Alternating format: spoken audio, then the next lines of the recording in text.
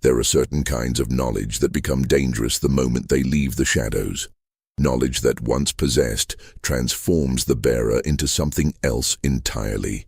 Someone who sees possibilities where others see only routine. Who understands that power doesn't always announce itself with noise and force.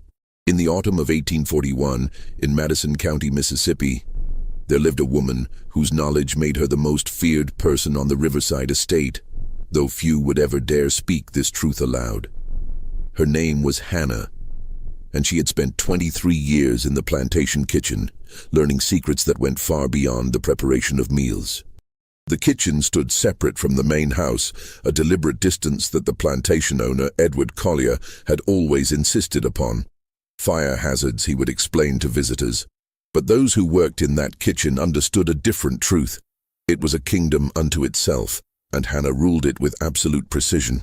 She knew every poison that grew on the property, not because she had studied them with malicious intent, but because the knowledge had accumulated slowly, inevitably, through years of careful observation and whispered warnings passed between those who worked the land. Which mushrooms caused violent sickness, which berries stopped the heart within hours, which seeds, when crushed into powder, could mimic the symptoms of natural illness so perfectly that no physician would question the diagnosis. The white oleander that grew beside the garden path, the Jimson weed hidden among the cotton rows, the castor beans cultivated for their oil, the foxglove that bloomed purple and deadly in the medicinal garden Mrs. Collier tended with such pride. Hannah knew them all. She had learned their properties not from books she couldn't read, but from experience earned through tragedy and survival. She had watched a child die after eating nightshade berries, mistaking them for wild grapes. She had seen a field hand collapse after handling water hemlock while clearing irrigation ditches. She had observed the careful measurements Mrs. Collier used when preparing her tonics and tinctures, understanding through repetition which plants healed and which merely masked suffering before delivering death. This knowledge had become Hannah's insurance, though she had never consciously thought of it that way. In a world where she possessed nothing, where even her own body belonged to another, this information represented a form of currency she kept hidden, never spending, always aware of its presence like a coin pressed against her palm. The Riverside Plantation encompassed nearly 2,000 acres of rich bottomland along the Pearl River. Cotton dominated the fields, though Edward Collier had recently invested in an experimental sugar operation, convinced he could compete with the Louisiana estates despite warnings from neighboring planters. 87 people lived and worked on the property, their lives dictated by the rhythms of cultivation and harvest, by the temperaments of the Collier family, by the brutal mathematics of profit and loss that reduced human beings to ledger entries. Hannah's position in the kitchen afforded her certain protections. She was too valuable to risk in the fields, too skilled to replace easily. The Colliers had purchased her at auction in Natchez when she was 14, after the previous cook had died of fever. The auctioneer had emphasized her training under a French-influenced household in New Orleans. Though this was an exaggeration, she had merely worked in the scullery of such a house, learning through observation rather than instruction. But Hannah possessed something more valuable than formal training, an intuitive understanding of flavors, temperatures, and timing that transformed even simple ingredients into dishes that won praise from the Collier's guests. Edward Collier took pride in his table, using elaborate dinners to cultivate relationships with factors, merchants, and politicians whose favor he required. Hannah's abilities served his ambitions, which meant she was fed better than others, allowed to sleep in a small room attached to the kitchen rather than in the quarters, and spared the worst of the physical punishments that punctuated life on the estate.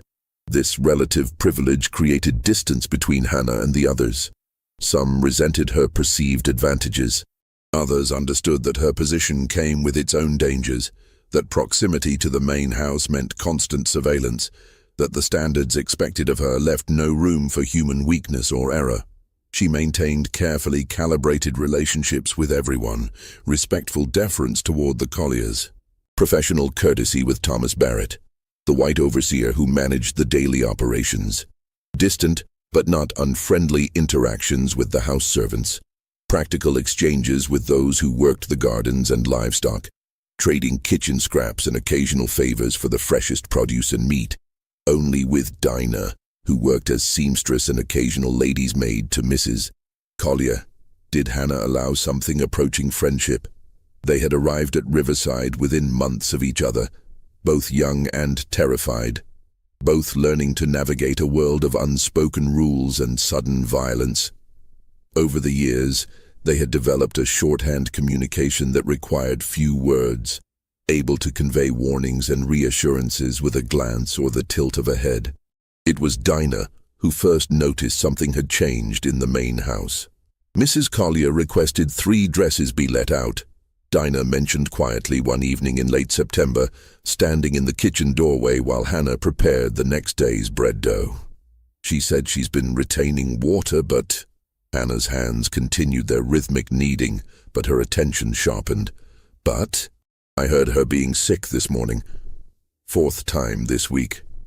The 2 women's eyes met. In that silent exchange passed an understanding of what this might mean and what consequences it might bring.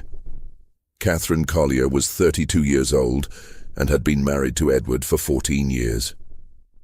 In that time, she had given birth to 3 children: Margaret, now 12, Edward Jr., 9, and Thomas, who would have been 7, but had died of fever 3 years earlier.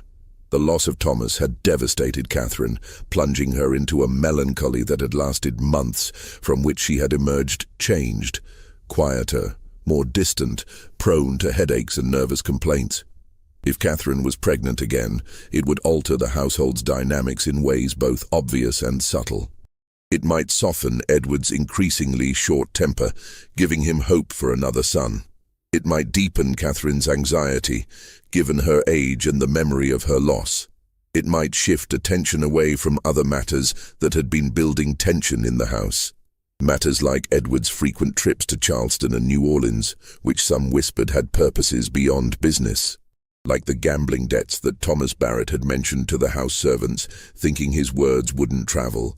Like the pressure Edward had been putting on his cotton factors to advance more credit against future harvests, a dangerous practice that had ruined other planters. Hannah had learned to recognize patterns, to sense when instability threatened to erupt into crisis. The Collier household had been moving toward some kind of breaking point for months, like storm clouds gathering on a humid afternoon. A pregnancy might diffuse that tension, or it might accelerate it. She couldn't yet tell which. "I'll make her ginger tea," Hannah said finally, "the kind that settles the stomach." Dinah nodded, understanding this response for what it was. An acknowledgement of the information, a commitment to careful observation, a promise to talk more when circumstances allowed. After Dinah left, Hannah continued working the dough with mechanical precision, while her mind ranged over everything she knew about the household's current state. She had developed the habit of collecting information the way she collected herbs, carefully, systematically, storing each piece away for potential future use, even when she couldn't yet see how it might be applied. She knew that Edward had argued with his brother Charles over money matters during Charles's visit last month. She knew that Margaret had been caught reading abolitionist literature smuggled in by the tutor Edward had hired, causing a scandal that resulted in the tutor's immediate dismissal. She knew that Edward Jr. had developed a cruel streak, tormenting the house cats and once attempting to burn a nest of baby mice alive until Catherine had stopped him. She knew that Thomas Barrett had started drinking more heavily, his morning rounds increasingly erratic. And she knew that over the past 6 months, 3 people on the estate had died under circumstances that, while not impossible, seemed unlikely. The first had been old Samuel, who had been past 70 and suffered from a weak heart. He had collapsed in the fields on a brutally hot day in June. The physician who examined him had declared it apoplexy, entirely expected given Samuel's age and the temperature. The second had been 19-year-old Ruth, who had been pregnant and begun bleeding heavily one night in July. She had died before morning.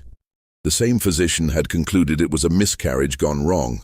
A tragedy, but not uncommon. The third had been Jonas, one of the field drivers who worked under Thomas Barrett's supervision. He had complained of severe stomach pain after the midday meal in August, vomited repeatedly, and died that same evening. The physician had suggested food poisoning, perhaps spoiled meat in the heat. 3 deaths in 3 months, on an estate of fewer than 90 people. Perhaps it meant nothing. Death was common enough, claiming young and old without pattern or mercy. But something about the timing bothered Hannah, a dissonance she couldn't quite name. She had cooked the meal that Jonas ate before he died. The pork had been fresh, butchered that morning. The vegetables had come from the garden, no different from what she'd served dozens of times before. She had tasted everything herself before sending it to the fields, as she always did. Nothing had been wrong with that food. So why had Jonas died? The question haunted her through the following days as she went about her routine, rising before dawn to start the kitchen fire, preparing the simple breakfast of cornmeal mush that would be distributed to those working the fields, beginning the more elaborate preparations for the main house meals, the hot breads and preserved fruits and carefully seasoned meats that Edward demanded for his table. She moved through these tasks with the efficiency of long practice, her hands working while her mind wandered through darker territory. She found herself studying the Collier family with new attention during the meals she served, noting details she had previously dismissed as routine household tensions. The way Edward barely looked at Catherine during breakfast, his attention fixed on the newspaper or his account books. The way Catherine's hands trembled slightly as she poured coffee, how she had started wearing gloves even inside the house, as if trying to hide something. The way Margaret watched her parents with an expression Hannah couldn't quite interpret, not childish ignorance but something older, more knowing, almost calculating. And Edward Jr., who had started spending time in the kitchen, ostensibly fascinated by the cooking process, but asking questions that made Hannah uncomfortable. "Do you ever make mistakes?" he had asked one afternoon, watching her chop vegetables with rapid precision. "Put in the wrong ingredient?" "No, Master Edward," Hannah had replied carefully. "I'm very careful with everything I prepare. But what if you did? What if you mixed up sugar and salt, or used the wrong herb?" "That wouldn't happen, Master Edward. I know every ingredient in this kitchen. Every single one." His eyes had gleamed with something Hannah recognized as dangerous curiosity. "Even the things in Mother's still room, the medicine plants she keeps?" Hannah had set down her knife, giving him her full attention. "I only use what belongs in the kitchen, Master Edward. Your mother's medicines are her concern, not mine." He had seemed disappointed by this answer, lingering a few more minutes before wandering away. But the exchange had left Hannah unsettled, adding another piece to the puzzle she was unconsciously assembling. That evening, after the dinner service had been completed and the main house had settled into lamplight and quiet routine, Hannah made a decision that would change everything. She retrieved the key she wasn't supposed to have, a duplicate she had made years ago by pressing the original into soft wax, then having the blacksmith create a copy in exchange for extra portions and keeping certain things to himself. She unlocked Mrs. Collier's still room. The space was small and organized with meticulous care, shelves lined with bottles and jars labeled in Catherine's careful hand. Lavender for nerves, chamomile for sleep, willow bark for pain, digitalis from the foxglove, used in tiny amounts for heart complaints, belladonna for stomach cramps, measured in drops so dilute they were barely present. All the medicines were accounted for, their levels appearing normal for household use. But there, on the bottom shelf, hidden behind larger containers, Hannah found something that made her blood run cold. A jar labeled Arsenic for rats, its contents reduced by nearly half since she had last glimpsed it months ago during one of Mrs. Collier's occasional requests for Hannah to fetch something from the room. Arsenic, the rat poison that, in small doses administered over time, could cause symptoms indistinguishable from natural illness. Stomach pain, vomiting, weakness, death. Hannah stood frozen in that still room, holding the jar with trembling hands, understanding with terrible clarity that she had just crossed a threshold from which there could be no return. The knowledge she carried had always been theoretical, defensive, things she knew in order to protect herself from accidental harm. But now she was standing in a locked room, holding evidence of something far more sinister, forced to confront possibilities that turned her stomach even as her mind raced through the implications. Who had been using the arsenic? Who had access to this room besides Catherine? What if the 3 deaths hadn't been coincidental after all? What if someone in the main house had been killing people, and what if they knew that Hannah had figured it out? She replaced the jar exactly as she had found it, locked the still room, and returned to her small room in the kitchen building. Sleep didn't come that night. Instead, she lay in darkness, listening to the familiar sounds of the estate settling around her, understanding that she now possessed the most dangerous kind of knowledge, truth about murder, without any safe way to speak it. The morning after her discovery, Hannah moved through her duties with exaggerated normalcy, terrified that any deviation from routine might betray what she knew. Her hands prepared food with their usual efficiency, but her mind worked feverishly, examining the past months from this new, terrible perspective. If someone had been using arsenic to kill, they had been clever about it. The deaths had been spaced out, affecting different types of people: an elderly man, a young woman, a strong field hand. Nothing to suggest a pattern to anyone not looking for one. And arsenic, she knew from overheard conversations between Catherine and visiting ladies discussing pest control, was nearly impossible to detect after death. Physicians would see the symptoms and conclude natural causes, never thinking to suspect murder. But who would have motive to kill Samuel, Ruth, and Jonas? What connected 3 people from different parts of the plantation hierarchy? Hannah had learned over the years that information flowed through the estate along invisible channels, carried by those whose presence was so constant they became nearly invisible themselves. House servants heard conversations the colliers forgot they were having. Field workers observed interactions during the overseer's rounds. Children repeated things without understanding their significance. If Hannah positioned herself carefully at these intersection points, she could map the estate's true dynamics beneath its surface appearance. She started by approaching Marcus, who worked as stable hand, and thus had access to conversations that took place during arrivals and departures, when people's guards were down. "Marcus," she said quietly, catching him as he brought fresh water to the kitchen. "I've been thinking about Jonas. Did he seem troubled before he died? Fighting with anyone?" Marcus paused, his expression becoming guarded. People had learned to be careful when discussing the dead, particularly when their deaths might reflect poorly on the estate's management. But he and Hannah had known each other for years, long enough that he trusted her not to use information carelessly. "Not fighting exactly," he said slowly. But he'd been complaining to Thomas Barrett about the field assignments, thought Barrett was playing favorites, giving easier work to some while running others harder. Did Barrett change anything after Jonas complained? Made it worse, gave Jonas the worst sections, the land with most stumps to clear. It was like he was punishing him.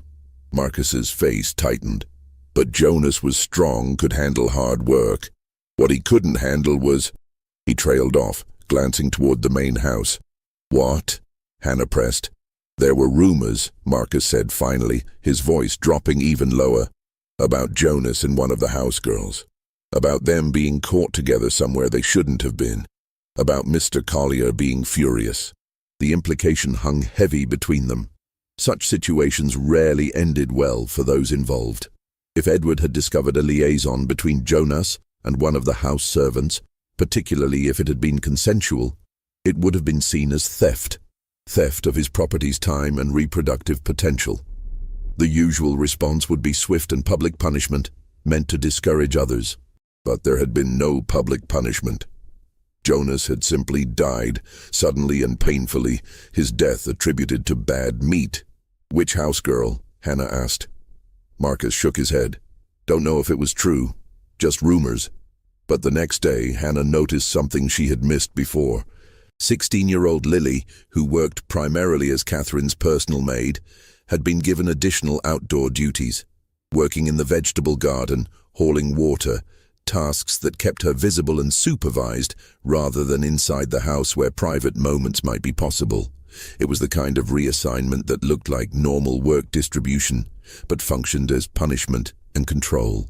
Hannah found Lily alone in the garden late one afternoon, using the pretense of selecting herbs for that evening's meal to position herself nearby.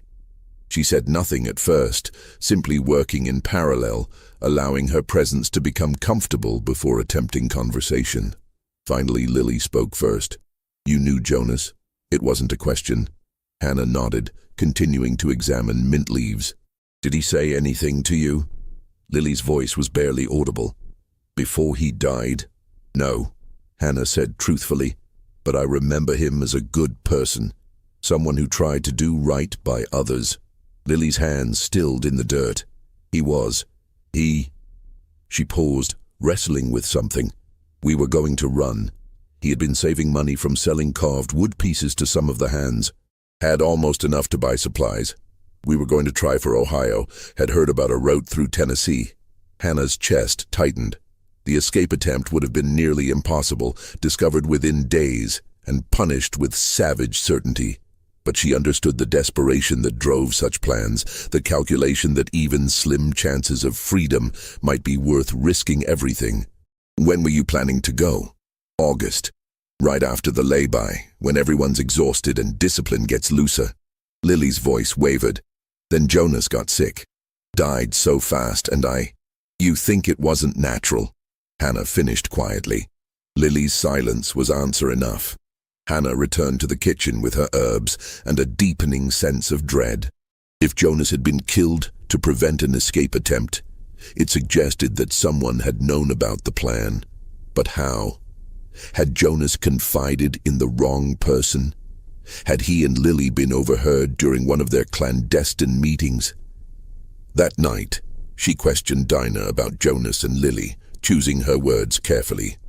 "I saw Lily crying in the garden today," Hannah said while Dinah helped clean after dinner. "She's still grieving Jonas." Dinah glanced toward the main house before responding. "Mrs. Collier mentioned something about it to Mr. Collier last month. I was adjusting her dress when he came into the room. She said she'd seen Lily slipping out at odd hours, thought maybe she was meeting someone. Asked him to look into it." "What did he say?" "That he would handle it." Dinah's expression was troubled. This was maybe 2 days before Jonas died. The timeline aligned too perfectly to be coincidence. If Edward had discovered the relationship and the escape plan, Jonas's death made terrible sense. Not as punishment, but as prevention, disguised as natural illness to avoid the questions and attention that a public execution might bring from neighbors or authorities. But this still left the other 2 deaths unexplained. What had Samuel and Ruth done to merit murder? Or were they killed for different reasons entirely? Hannah spent the following week in a state of hypervigilance, observing everything while trying to appear normally occupied. She noticed that Catherine had indeed stopped vomiting in the mornings, confirming the pregnancy. Edward's mood had improved slightly, though he still spent long hours in his study, reviewing account books with expressions that suggested the numbers weren't cooperating with his wishes. Margaret had become more withdrawn, spending hours in her room reading when she wasn't helping Catherine with household management tasks. Edward Jr. continued his disturbing interests, recently fascinated by the butchering process, and asking Hannah detailed questions about anatomy that she deflected with vague non-answers. And Thomas Barrett had started appearing at the kitchen door more frequently, sometimes asking for coffee, sometimes just standing there watching Hannah work with an intensity that made her skin crawl. "You're a clever woman," he said one afternoon, startling her. She hadn't heard him approach. "Very attentive to details." Hannah kept her focus on the vegetables she was preparing. "Just trying to do my work properly, Mr. Barrett." "I'm sure you are." He didn't move from the doorway. "Noticed you've been asking questions lately. About Jonas, about others. Curiosity?" Her heart hammered, but she kept her voice steady. "Just trying to understand what happened. Jonas ate food I prepared. When someone dies after eating my cooking, I need to know it wasn't something I did wrong. The physician said it was spoiled meat. The meat wasn't spoiled. I checked it carefully like I always do. Barrett was quiet for a long moment. Maybe he ate something else. Something not from your kitchen. Hannah finally looked up, meeting his eyes. What she saw there made her blood run cold. A kind of calculation, an assessment of threat level, a decision being made in real time about how much danger she represented. Maybe, she agreed carefully, returning to her work. Barrett lingered another moment before leaving, but Hannah knew the conversation had been a warning disguised as casual inquiry. She was being watched. Her questions had been noticed. She needed to be more careful or become the next convenient death. That evening, she finally sought out Josiah, the oldest person on the estate at 73. He had been at Riverside longer than anyone, purchased by Edward's father 40 years ago, and his age had earned him a kind of informal historian status. People went to Josiah when they needed to understand the estate's deeper patterns, its unspoken rules, its dangerous currents. She found him sitting outside his cabin, carving a piece of wood into a bird shape, the same craft Jonas had learned from him. "Hannah," he greeted her with a slight nod. "Don't often see you away from the kitchen after dark." "Had to stretch my legs." She settled onto a nearby stump, watching his gnarled hands work the wood with surprising deftness. "Josiah, can I ask you something?" "Can't promise I'll answer, but you can ask. Have people died strangely on this estate before? Deaths that seemed wrong somehow?" His hands stilled. "That's a dangerous question. I know, but I need to understand." Josiah was quiet for so long that Hannah thought he wouldn't respond. Then, slowly, he resumed carving, his words coming measured and careful. "Mr. Collier's father, the old master, he ran this place different. Firm but consistent. You knew where you stood. When he died 8 years back, young Edward inherited. Things changed. How? Edward's got ambitions bigger than his means. Wants to be one of the great planters, wants political influence, wants respect from men who see him as small time. That kind of wanting makes a man take risks. And when risks don't pay off, makes him desperate. What kind of risks? Expansion he couldn't afford. That sugar operation, it's bleeding money. The cotton market's been uncertain. He's borrowed against future harvests, made promises to factors he might not be able to keep." Josiah's knife peeled another thin curl of wood. "Desperate men do desperate things. You think the deaths are connected to his financial problems?" "Didn't say that. Said desperate men do desperate things." He finally looked at her directly. "But I'll tell you this. Samuel was the only one left who remembered when Mr. Collier's father wrote his will, and that will had some provisions about what would happen if Edward couldn't maintain the estate properly." Hannah's breath caught. "What provisions?"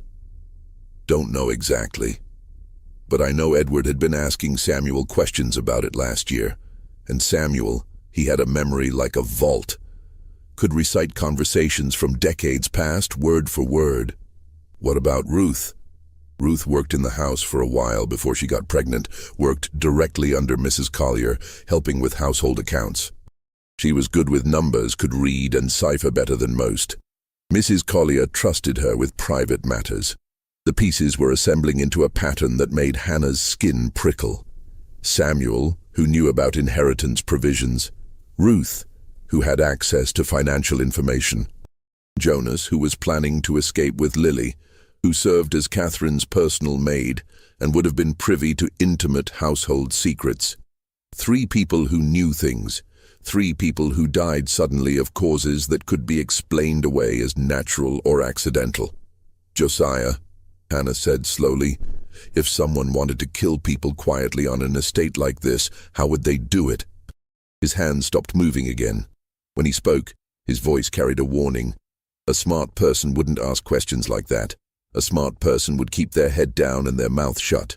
But if they had to ask, he set down his carving, meeting her eyes with an intensity that seemed to look straight through her.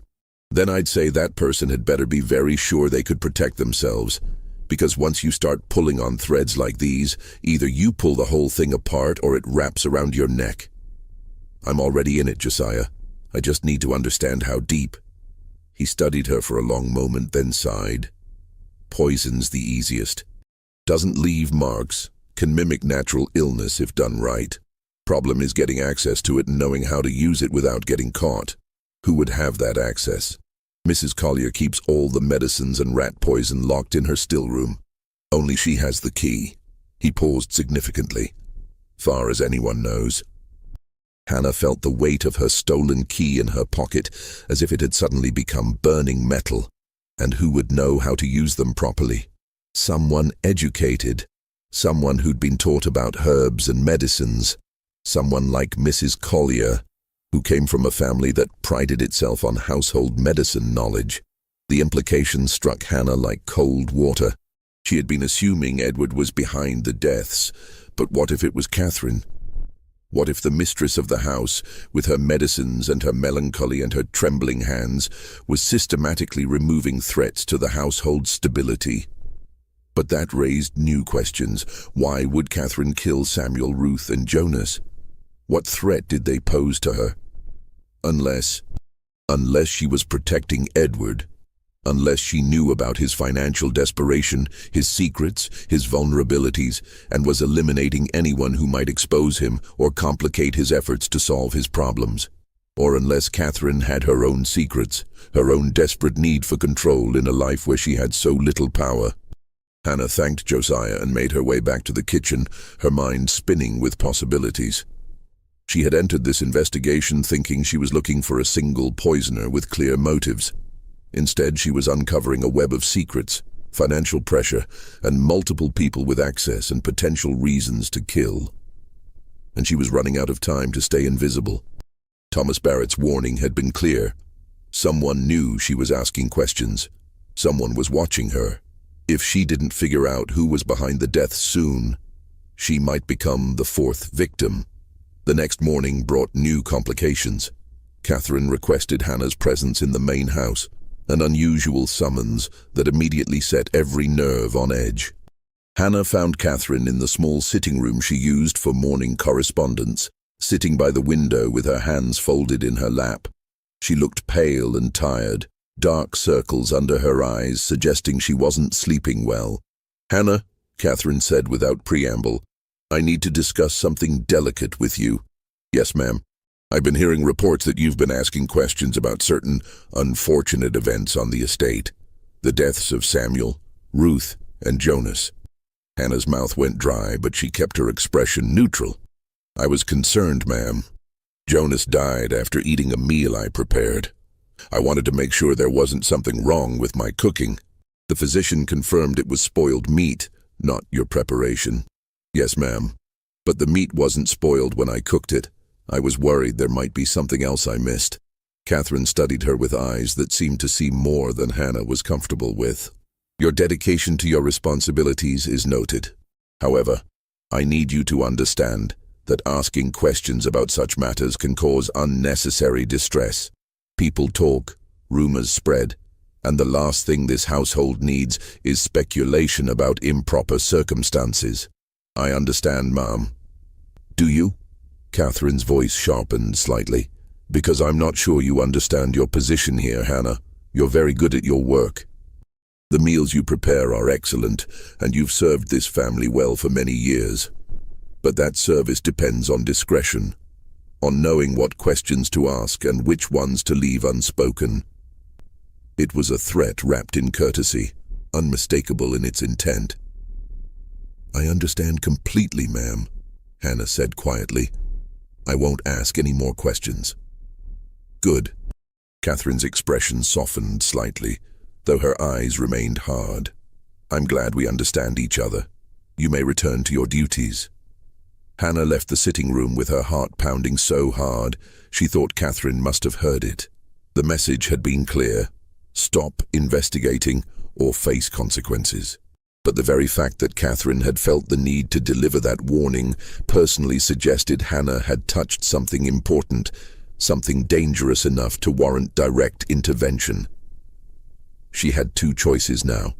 She could obey Catherine's warning, stop asking questions, and hope that whoever was killing people didn't decide she knew too much to live.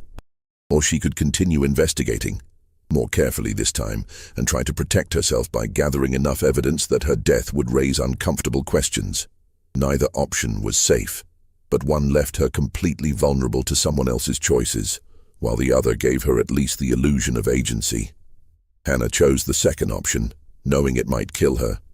The days following Catherine's warning were among the most difficult of Hannah's life. She maintained absolute normalcy in her visible behavior, executing her kitchen duties with mechanical perfection, while her mind worked constantly on the impossible problem of how to protect herself from an enemy she couldn't openly acknowledge. She needed evidence, but couldn't risk being caught gathering it. She needed allies, but couldn't trust anyone completely, not when the killer might be Catherine, Edward, Barrett, or someone else entirely who might inform on her for favor or safety. So she worked with what she had: observation, patience, and knowledge of the plantation's rhythms that came from 23 years of paying attention. She watched Catherine carefully during meal services, noting that the mistress had started taking her meals in her room more frequently, citing morning sickness and fatigue. But Hannah noticed other details.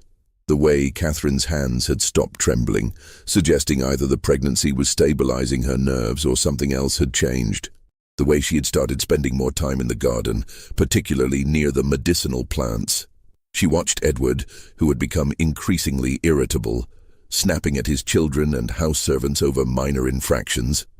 His study sessions with account books stretched later into the night, and she twice saw Thomas Barrett leaving the study looking troubled after extended private conversations. She watched Edward Jr., whose fascination with death had progressed from questions to actions.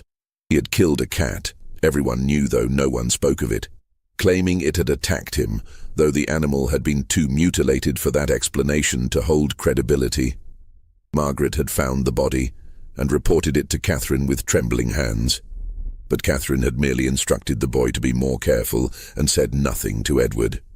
And she watched Thomas Barrett, who had developed an unsettling habit of appearing wherever Hannah was working, never quite approaching her directly, but always present, always watching, like a hunter positioning himself for an eventual strike. But her most important observation came 2 weeks after Catherine's warning, when Hannah noticed something that changed her entire understanding of the situation. She was preparing vegetables early one morning when Lily came to the kitchen door, sent by Catherine to request a specific herbal tea blend for her nausea.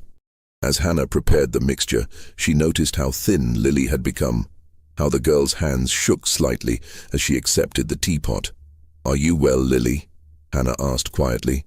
The girl's eyes filled with tears that didn't fall. "I'm fine, Miss Hannah." "You don't look fine." Lily glanced over her shoulder, verifying they were alone.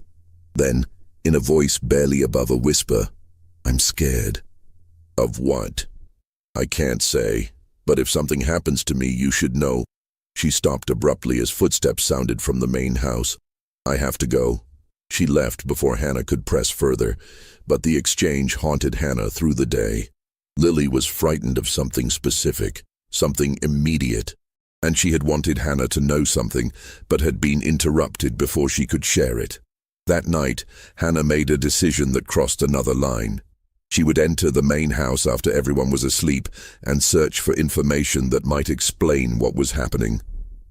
It was spectacularly risky. If discovered, she could be whipped, sold, or worse.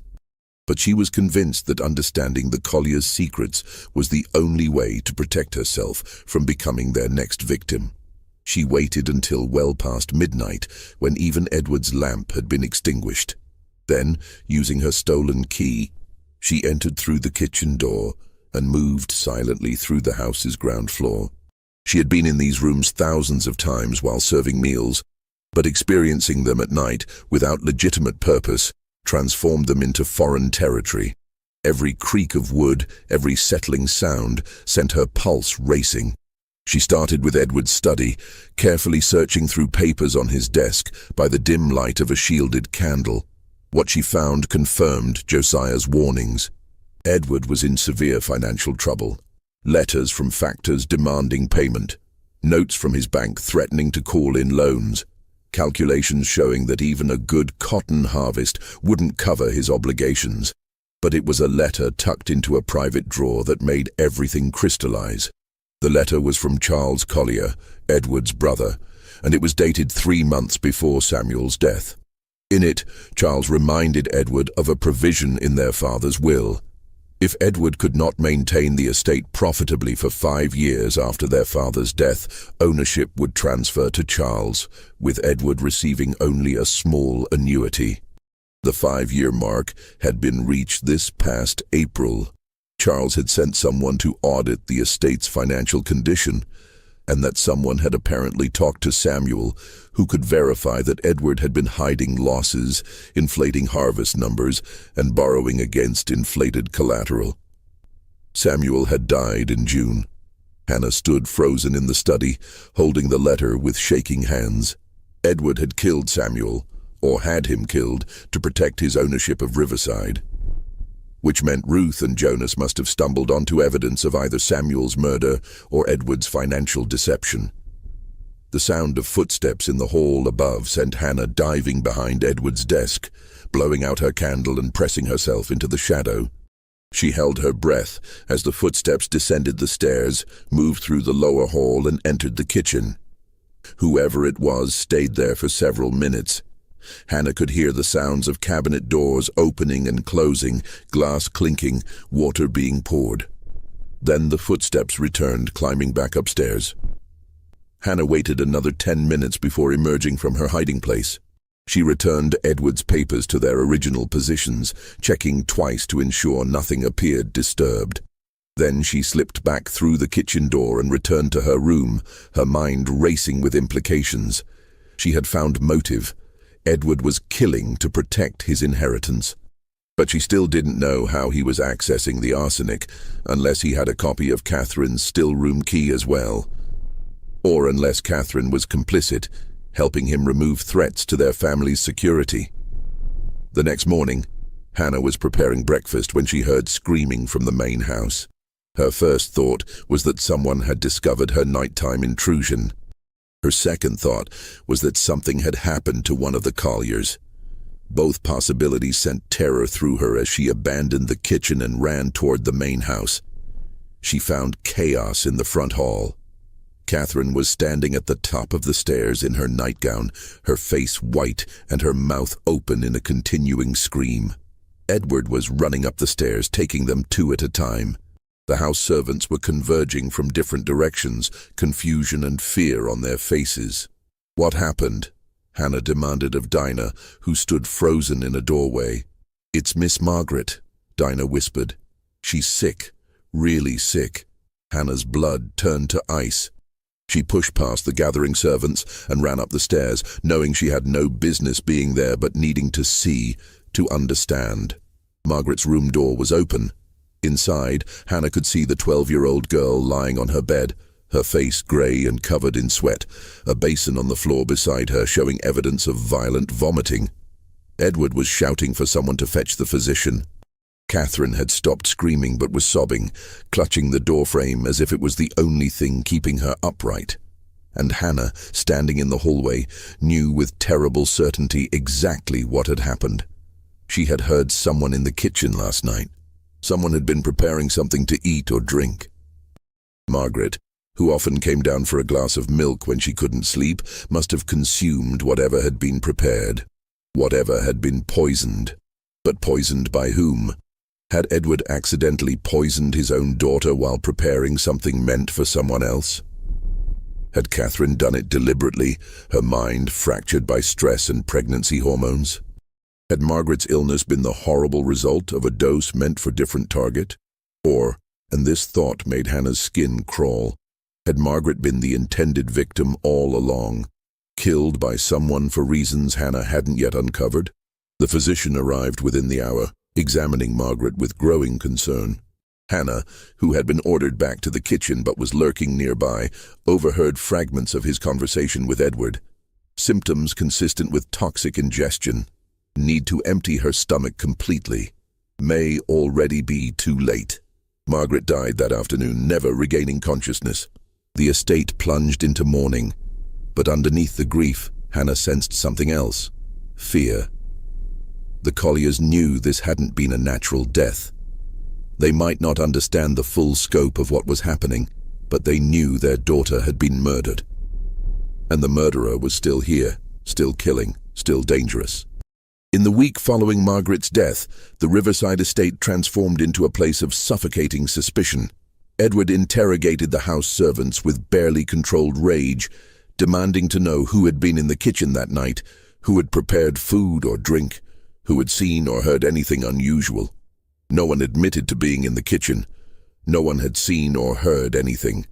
The fear of being blamed for Margaret's death was stronger than any compulsion to provide information.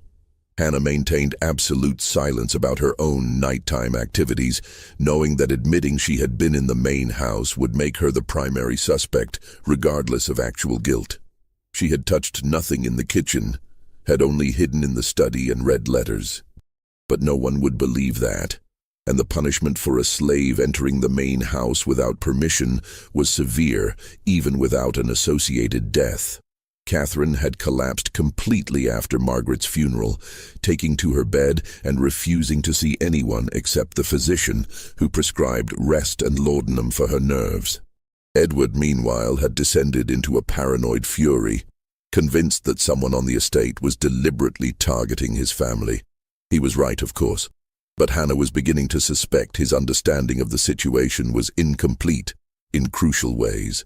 Thomas Barrett had increased patrols around the main house, instituting new restrictions on movement after dark, questioning anyone whose routine deviated even slightly from established patterns. Hannah felt his attention on her constantly, a weight of suspicion she couldn't shake. But it was Edward Jr.'s reaction that disturbed her most. The 9-year-old had not cried at his sister's funeral. He had not shown appropriate grief.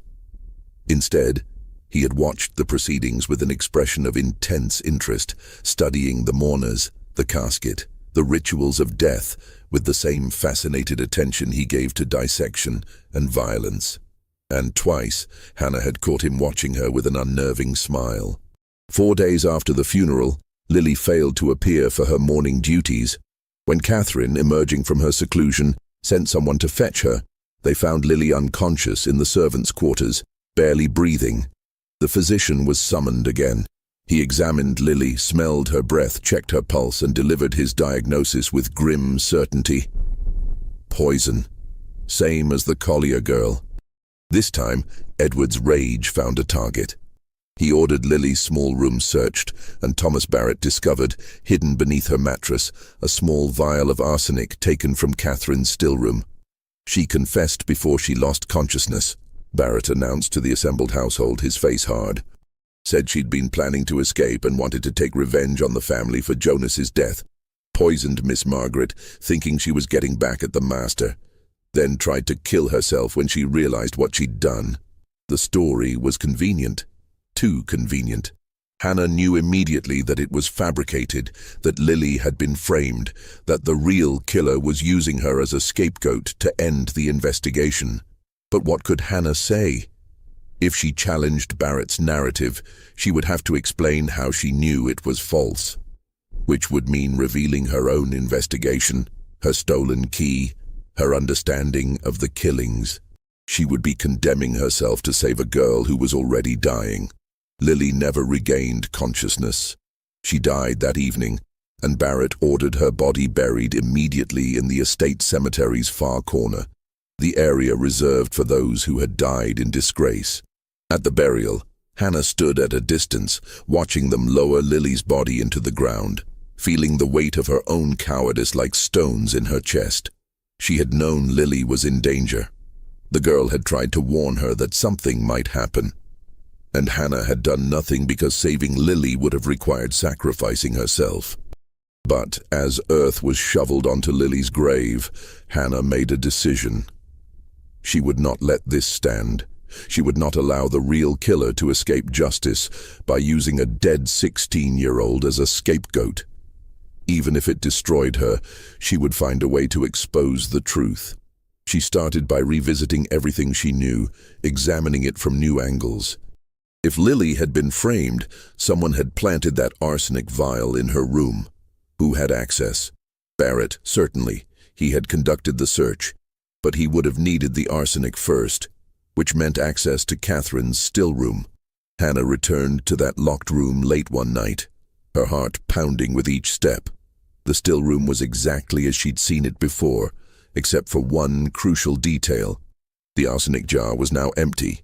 All of it had been used or removed. She stood there in the darkness, understanding flooding through her like ice water. The killer had used up all the arsenic, first on Samuel, Ruth, and Jonas, then on Margaret, and finally framing Lily. There was no more poison to trace, no more evidence to find, unless Hannah could prove that someone had access to the still room beyond Catherine. She examined the room more carefully, looking for any sign that others had been there. And finally, pressed into the soft wood of the door frame at child height, she found something, a small carved initial. E.J., Edward Jr. The boy had been in the still room. He had carved his initial into the wood the way children do, marking territory, claiming ownership of forbidden spaces. Hannah thought back to all his disturbing behaviors, his questions about cooking mistakes and medicine plants, his fascination with death and suffering, his strange lack of grief after Margaret's death. What if the killer wasn't Edward or Catherine or Barrett? What if it was a 9-year-old boy who had somehow gained access to his mother's medicines and was killing for reasons an adult mind couldn't comprehend? The idea seemed impossible. Children didn't commit systematic murder. Except Hannah remembered stories traded among the slaves on neighboring estates, whispered accounts of disturbed children who hurt animals, siblings, even themselves. She remembered one cook describing a planter's son who had poisoned his own family because he'd been punished for something minor, his child mind unable to process consequences beyond immediate revenge. What if Edward Jr. had killed Samuel for some slight Hannah didn't know about? What if he'd killed Ruth because she'd reported some misbehavior to his parents? What if Jonas had caught him doing something inappropriate and threatened to tell? And Margaret, his own sister, had she discovered his secrets? Had she threatened to expose him? The pattern fit. A child would kill without the careful planning of an adult, would choose victims based on immediate emotional responses rather than strategic necessity.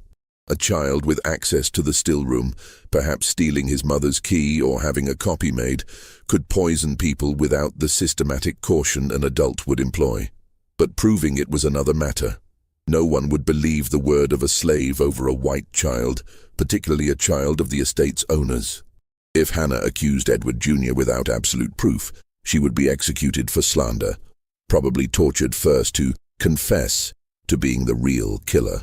She needed evidence so overwhelming that even Edward couldn't ignore it. The opportunity came 3 days later when Edward Jr. approached her in the kitchen, watching her work with his usual unsettling intensity. "You knew Lily was going to die," he said conversationally. Hannah's hands stuttered in their rhythm before she caught herself. "I didn't know anything of the sort, Master Edward." "Yes, you did, I could tell. You weren't surprised when they found her sick."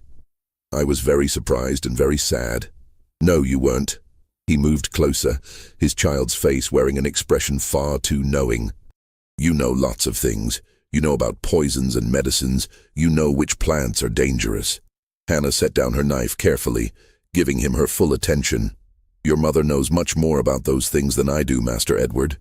Mother's asleep most of the time now. She doesn't pay attention, but you pay attention to everything." He smiled. "That's why you're still alive." The threat was unmistakable despite his casual tone. Hannah felt ice running through her veins but kept her expression neutral. "I just try to do my work properly, Master Edward. I think you do more than that. I think you understand exactly what's been happening." He tilted his head, studying her like a predator assessing prey. "But you can't tell anyone, can you? Because they'd never believe you. They'd think you were lying to save yourself." He was 9 years old and understood the dynamics of power and credibility with terrifying clarity. "I don't know what you mean, Master Edward." "Yes, you do. But it's all right. I won't hurt you, you're too useful. Besides, it's more interesting having someone who knows, like a game." He turned to leave, then paused at the doorway. Margaret was going to tell Father about the cat. She said I was sick, that I needed to be sent away to a school that could fix me. I couldn't let her do that. Hannah's breath caught. He had just confessed to murdering his sister, said it as casually as if commenting on the weather, secure in the knowledge that Hannah's word against his would mean her death, not his. "Why are you telling me this?" Hannah asked quietly. Edward Jr.'s smile widened. "Because you already knew, and because I want someone to understand how clever I've been. Adults think children are stupid, but we're not. We just have to be more careful." "What about the others? Samuel, Ruth, Jonas?" "Samuel was boring and talked too much about things that weren't his business. Ruth caught me in Mother's still room and threatened to tell. Jonas—" He paused, thinking. "Jonas was just practice. I wanted to see if I could do it in the fields, make it look like bad food from your kitchen. It worked perfectly." Hannah felt sick listening to this recitation of murder delivered in a child's voice. And Lily? She was convenient. Everyone already suspected her because of Jonas. It was easy to put Mother's key under her mattress with the empty arsenic bottle and tell Mr. Barrett that I'd seen her acting suspicious. "Did Barrett know what you were doing?" "Of course not. None of them know. They're all too busy suspecting each other." He laughed, a sound that belonged to no child Hannah had ever known. "Father thinks Mother might have done it. Mother thinks Father is capable of anything. Barrett thinks they're both involved. It's entertaining watching them." He left then, leaving Hannah standing in the kitchen with trembling hands, finally understanding the full horror of her situation. She had discovered the killer, had heard his confession, and was now more trapped than ever. She couldn't report him without condemning herself. She couldn't kill him without the same result. She couldn't escape. Where would she run, and who would protect her from the law's inevitable pursuit? She was trapped in a house with a child murderer who had confessed to her specifically because he knew she was powerless to stop him. That night, Hannah lay awake in her room, turning the problem over from every angle. She had promised herself she would expose the truth even if it destroyed her. But now she faced a truth so unthinkable that speaking it would accomplish nothing except her own execution. What would Josiah do?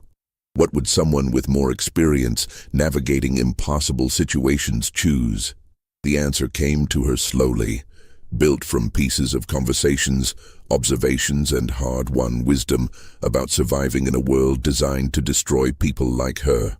She couldn't expose Edward Jr. directly, but she might be able to protect future victims and create circumstances that would eventually reveal the truth without requiring her testimony.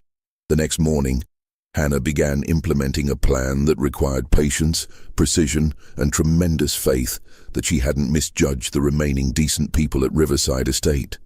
She started with the still room. Using her key for what she promised herself would be the last time, she entered that small space and systematically contaminated every remaining poisonous substance.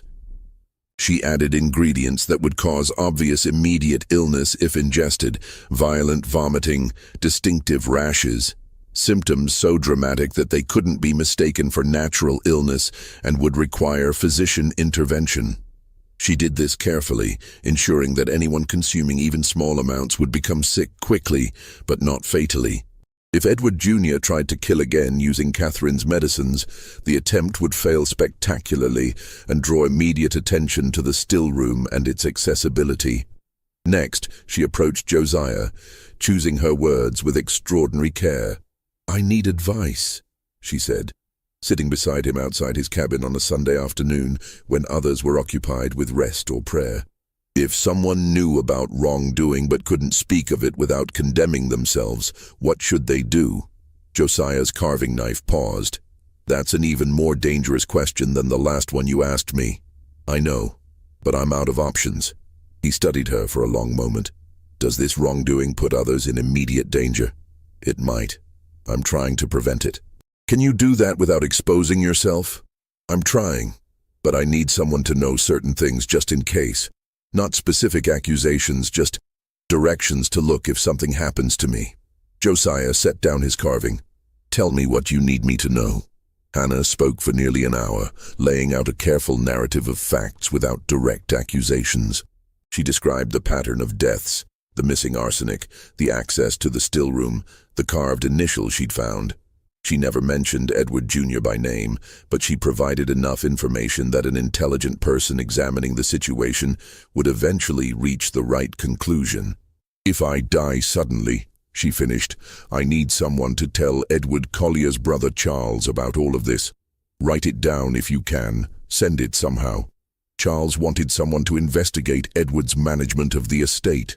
If he learns about these deaths, the circumstances, the evidence of poison, he'll have grounds to challenge Edward's ownership even more strongly. He'll hire proper investigators, people who can ask questions I can't. And if they investigate, they'll eventually realize the truth," Josiah said slowly. "Even without your testimony. That's what I'm hoping. You're taking a terrible risk. If anyone discovers what you've done to those medicines, I know, but I can't let it continue. I can't watch more people die while staying silent because I'm afraid." Josiah reached out and placed his weathered hand over hers, a gesture of solidarity so rare and precious that Hannah felt tears threaten. "I'll remember everything you've told me, and I'll make sure Charles Collier learns of it if needed. You have my word." "Thank you." He squeezed her hand briefly before releasing it. "Hannah, be careful. Whatever you're planning, be very careful." She returned to her kitchen and resumed her duties, outwardly unchanged but carrying a small measure of comfort that someone knew, someone would act if she was killed, someone would eventually ensure justice, even if she didn't survive to see it. 3 days later, Edward Jr. appeared at the kitchen door again. "I need you to make me something," he said with his disturbing smile. "A special tea. Mother's complained that the one she makes herself isn't helping her morning sickness anymore. I want to give her something that will make her feel better." Hannah's blood ran cold. Catherine was his next target. Perhaps she had discovered something. Perhaps she had started questioning him. Perhaps he simply wanted to see if he could kill his own mother. "I'm sure your mother's physician can prescribe something appropriate," Hannah said carefully. "I want to make it myself, as a gift. You just need to tell me which herbs to use. I couldn't possibly advise on medicine for your mother, Master Edward. That's beyond my knowledge." His expression hardened. "Don't lie to me. You know every plant on this estate, what they do, how to use them. Everyone says so. People exaggerate." He stepped closer, his voice dropping to a near whisper. "Make me the tea, or I'll tell Father you've been entering the main house at night, stealing things. I'll tell him I saw you in his study going through his papers." The threat was brilliant and devastating. Hannah had thought herself clever by leaving no evidence of her nighttime intrusion, but she hadn't accounted for the possibility that someone, this child monster, had seen her, had been watching, had held that information in reserve for exactly this kind of leverage. If he made that accusation, Edward would search her room. He would find the stolen key. He would assume she had been responsible for all the deaths, that she had been gathering information to blackmail him. She would be executed within days. "I saw you," Edward Jr. continued, reading her expression.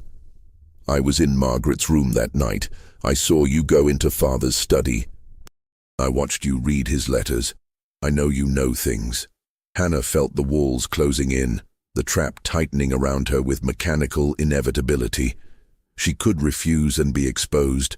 She could comply and help him kill Catherine. Neither choice was survivable, but perhaps there was a third option. "I'll make the tea," she said slowly, "but I'll need to gather fresh herbs from the garden. It will take me a little while." His smile returned. "That's fine. I'll wait here." Hannah left the kitchen, moving toward the garden with forced calm despite the panic screaming through her mind. She needed to do something, but what? If she ran, they would catch her. If she called for help, Edward Jr. would make his accusations. If she made the tea with harmful herbs, he might test it on someone else first, or she might be blamed for the poisoning regardless. She reached the garden and knelt beside the herbs, her hands shaking as she picked chamomile, mint, and lavender, all harmless, all appropriate for nausea. But as she worked, she noticed someone standing near the garden's edge watching her. Thomas Barrett. Their eyes met, and Hannah made a decision born of absolute desperation. She stood, walked directly to him, and spoke before fear could stop her. "Mr. Barrett, I need to tell you something. Master Edward Jr. asked me to make a medicinal tea for Mrs. Collier. I think he means to poison her. Barrett's expression shifted from surprise to suspicion. That's a serious accusation. I know, sir. But I think he's been responsible for all the deaths. I think he's been using his mother's medicines to kill people, and now he's planning to kill her. She could see him calculating, assessing her credibility against the impossibility of what she was claiming. A 9-year-old child, a serial killer, testimony from a slave. Every element argued against believing her. I found his initial carved into the still-room door frame. Hannah continued desperately. He's been accessing his mother's medicines. He told me things about the deaths, things only the killer would know. Please, Mr. Barrett, I know you have no reason to trust me, but Mrs. Collier's life is in danger right now. Barrett was silent for a long moment. Then, wait here. He strode toward the main house, disappearing inside. Hannah remained frozen in the garden, herbs clutched in her hands, unsure whether she had just saved Catherine's life or signed her own death warrant. 20 minutes later, Barrett emerged from the house with Edward Collier. The two men walked directly to the kitchen, where Edward Jr. was still waiting. Hannah, watching from the garden, saw the boy's expression change from confidence to alarm as his father entered and began speaking to him in tones too low to carry. The conversation lasted several minutes. Then Edward emerged, his face gray, and went back into the main house. Barrett followed. Edward Jr., looking furious, was escorted away by one of the house servants. Hannah waited, hardly breathing, until Dinah came running to the garden. "Hannah, Mr. Barrett wants to see you in the main house. He says you need to explain everything." Hannah followed Dinah back, each step feeling like walking toward execution or salvation. She couldn't tell which. She found Barrett and Edward in the study, along with the physician who had been treating Catherine. "Hannah," Barrett said formally, "tell us everything you told me about Master Edward Jr. and the deaths on this estate." So Hannah told them. Not everything. She didn't mention her stolen key or her nighttime exploration of Edward's papers, but she described the pattern of deaths, the missing arsenic, the carved initial, the child's disturbing behaviors, his questions about poisons, and finally his confession to her and his demand that she help him poison Catherine. Edward listened with an expression that progressed from furious disbelief to horrified comprehension. When Hannah finished, he turned to the physician. Could a child do such things? The physician, an older man who had practiced in the region for decades, nodded slowly. "I've read medical literature about disturbed youth, cases of children who harm others without apparent conscience. It's rare but documented, and the pattern Miss Hannah describes would fit. The victims seemed random to us because we were looking for adult logic, financial motive, revenge, passion. But a child's reasons are different, more immediate, more emotionally driven." "Why didn't anyone suspect Edward Jr. before?" Edward demanded. "Because we're conditioned not to," the physician said gently. "We don't want to believe children capable of such evil. And a clever child, understanding that adults won't suspect him, can act with shocking boldness." Edward stood and paced the room, his hands clenched into fists. Hannah could see him struggling with the horror of what he was learning. The implications for his family, the death of his daughter at his son's hands. Finally, he turned back to Hannah. "Why didn't you come forward sooner?" This was the dangerous question, the one that could still condemn her. Hannah chose her words carefully. "Sir, I didn't understand what was happening until recently, and when I began to suspect, I had no proof. I knew that accusing anyone without evidence would result in my punishment, not theirs. I tried to gather information quietly, but I was warned against asking questions. When Master Edward Jr. confessed to me, I knew I couldn't report it without evidence because my word alone would mean nothing. I was trying to find a way to protect people without condemning myself. It was close enough to the truth, omitting only her illegal activities, her extensive investigation, her manipulation of the medicines in the still room." Edward studied her with an expression she couldn't read. "You've known my son was a murderer, and you said nothing. I had no safe way to speak, sir, until today when he tried to use me to kill Mrs. Collier, and I had no choice but to tell Mr. Barrett, even though I knew it might result in my own punishment. You should have told me immediately when you first suspected. Yes, sir. Hannah lowered her eyes, accepting the rebuke because arguing would be suicide. Barrett spoke up. She came to me at considerable personal risk, Mr. Collier. Under the circumstances, I believe she did what she could within the impossible constraints of her position. Edward's jaw tightened, but he didn't contradict Barrett. Instead, he turned to the physician. What do we do about Edward Jr.? There are institutions, the physician said carefully, places that specialize in treating troubled youth. He needs to be removed from this environment immediately, both for his sake and for the safety of everyone here. If what Hannah says is true, and I believe it is, then your son is extremely dangerous. He will kill again if given opportunity. Edward's face twisted with pain, but he nodded. Make the arrangements. I want him sent away within the week, somewhere far from here where he can be monitored constantly. And the deaths? Barrett asked. Do we report what happened to the authorities? Edward was quiet for a long moment, and Hannah could see the calculation happening behind his eyes. Reporting the truth would mean scandal, investigation, questions about his family's stability, potential legal consequences, even if Edward Jr. was never formally tried due to his age. We report that the deaths were investigated and found to be the result of tragic accidents and illness, Edward said finally. Nothing more. We owe it to Catherine and to Margaret's memory to avoid scandal if possible. As for Lily, he paused, his expression hardening. Hannah, you're certain she wasn't involved? Yes, sir. Master Edward Jr. told me he framed her. Then she deserves a better burial. Barrett, have her remains moved to the proper cemetery. Mark her grave appropriately. It was a small justice, but Hannah felt something in her chest ease slightly at the acknowledgement.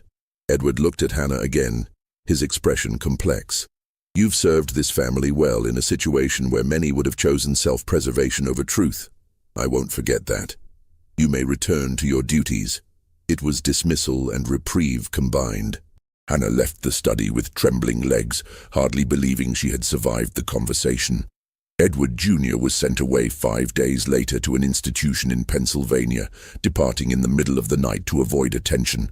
Hannah watched from her kitchen window as the carriage carried him into darkness, taking with him the truth about what had happened at Riverside Estate. The official story, as Edward had decreed, attributed the deaths to tragic circumstances, illness, accidents, the unfortunate but ultimately natural losses that accompanied plantation life. Samuel's age, Ruth's pregnancy complication, Jonas's food poisoning, Margaret's sudden illness, and Lily's supposed grief-driven suicide. The narrative was tidy, plausible, and completely false.